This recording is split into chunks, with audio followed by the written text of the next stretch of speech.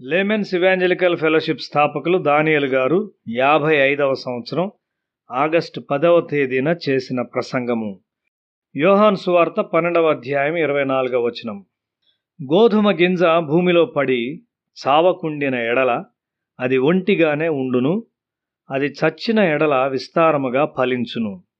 యేసు ఇక్కడ తన సొంత మరణాన్ని సూచిస్తూ ఉన్నాడు. ఈ అధ్యాయంలో ఇంతకు ముందుగా కొంతమంది గ్రీకులు యేసును వెదకుటను మనం చూస్తాం.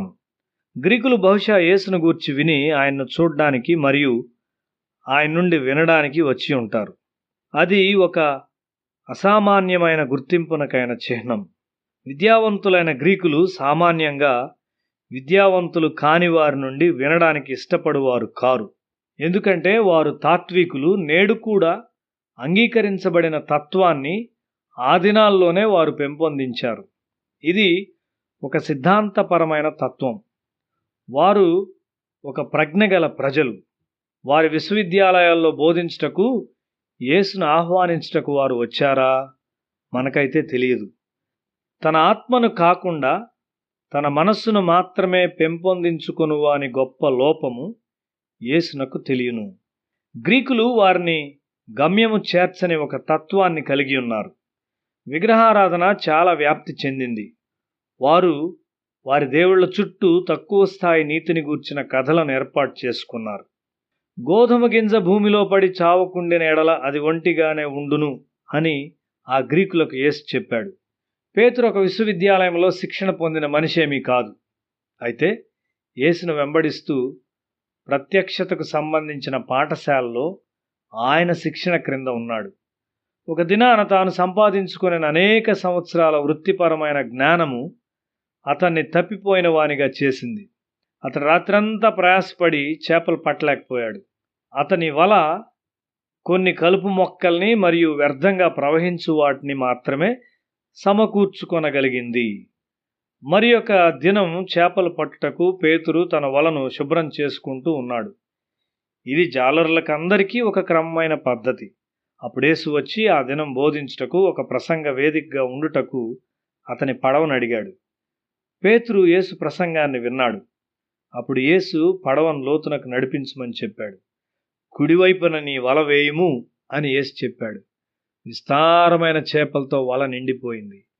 ఆ సమయంలో తన పాపపు స్థితిని గూర్చిన గ్రహింపు గలవాడై, నేను పాపిని, నా నుండి దూరంగా వెళ్ళు అని కేక వేశాడు. అది ఒక ప్రత్యక్షత.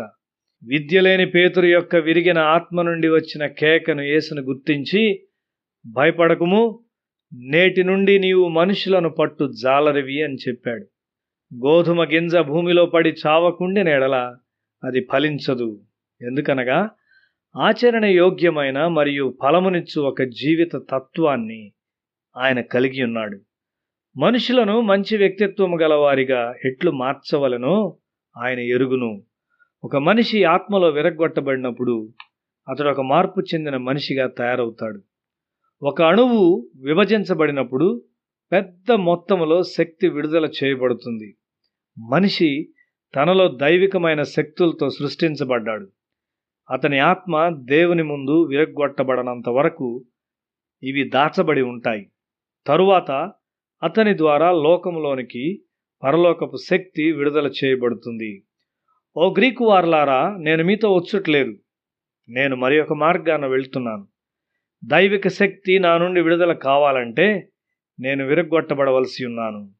ఆ శక్తి మనుషులను విరగ్గొట్టబొట్టకు ఇష్టము గలవారినిగా చేసి దైవికమైన శక్తికి ఆధారములుగా చేయును. నా శరీరము విరగ్గొట్టబడినిమ్ము, దీనికి సమయం ఆసన్నమైనది అని యేసు చెప్పియుండెడివాడు. కీడునకు ప్రతికీడు చేయుటలో యేసునకు నమ్మకము లేదు. విజయానికి అది మార్గము కానే కాదు. ప్రేమ మరియు విశ్వాసం మాత్రమే జయించును. నీతి మరియు దీనత్వము జయించును. ప్రతిఘటించుట ద్వారా దుష్టత్వమును ఎదుర్కొనుటను ప్రమాణంగా ప్రయత్నించవద్దు. ఈ లోకపు అధికారి పడద్రోయబడినాడు.